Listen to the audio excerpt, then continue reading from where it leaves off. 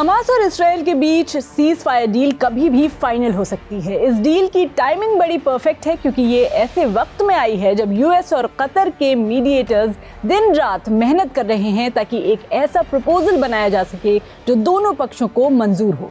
साथ ही ये डील उस वक्त आ रही है जब कुछ ही दिनों में यानी 20 जनवरी को अमेरिका के नए राष्ट्रपति डोनाल्ड ट्रंप अपना पदभार संभालने वाले हैं।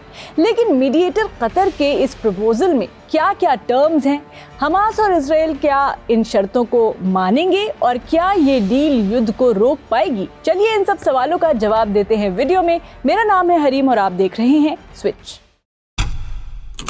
तो सबसे पहले समझते हैं कि क्या है ये सीज फायर डील। ये डील हॉस्टेजेस और प्रिजनर्स की अदला बदली पर बेस्ड है। मतलब हमास कुछ इजरायली हॉस्टेजेस को रिहा करेगा और इसराइल पैलेस्टीनियन प्रिजनर्स को छोड़ने पर राजी होगा। इसके अलावा 6 हफ्तों का सीज फायर यानी युद्ध विराम भी रखा जाएगा। डील की पहली शर्त है हॉस्टेजेस की रिहाई। As per this deal Hamas पहले 33 हॉस्टेजेस को रिहा करेगा। इसमें महिलाएं, बुजुर्ग और बीमार लोग शामिल हैं। इसके बदले में इजराइल पैलेस्टीनियन प्रिजनर्स को छोड़ेगा।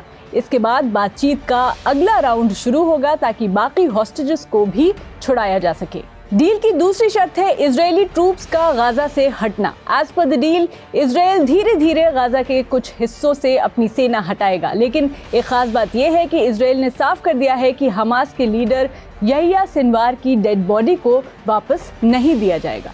डील की तीसरी शर्त है कि इस सीज फायर डील के तहत गाजा स्ट्रिप में ह्यूमैनिटेरियन एड को बढ़ाया जाएगा। यूनाइटेड नेशंस और दूसरी इंटरनेशनल ऑर्गेनाइजेशंस ने चेतावनी दी है कि गाजा के लोग गंभीर संकट में हैं।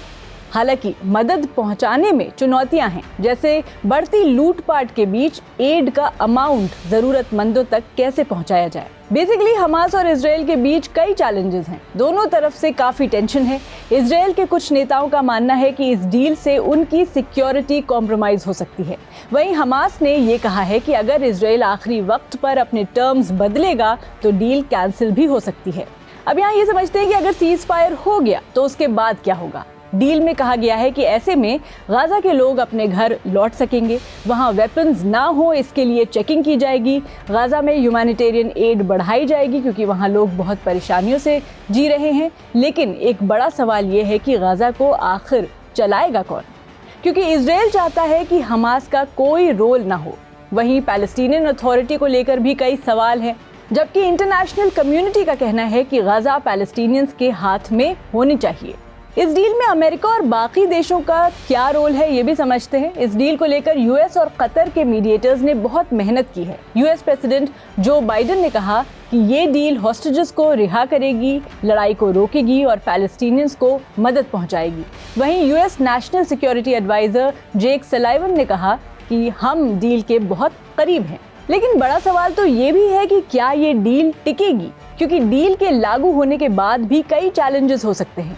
इजराइल और हमास के बीच भरोसे की कमी है। अगर किसी भी पक्ष ने टर्म्स को तोड़ा तो लड़ाई फिर से शुरू हो सकती है। साथ ही इजराइल के प्राइम मिनिस्टर बेंयामिन नेतन्याहू अपनी राइट विंग पार्टी को इस डील के लिए मनाने में मुश्किल का सामना कर रहे हैं। लेकिन तमाम चैलेंजेस के बावजूद ये डील हमास और इजराइल के बीच एक पीसफुल सोल्यूशन की शुरुआत हो सकती है। शर्त यह है कि दोनों पक्ष इसे निभा पाए।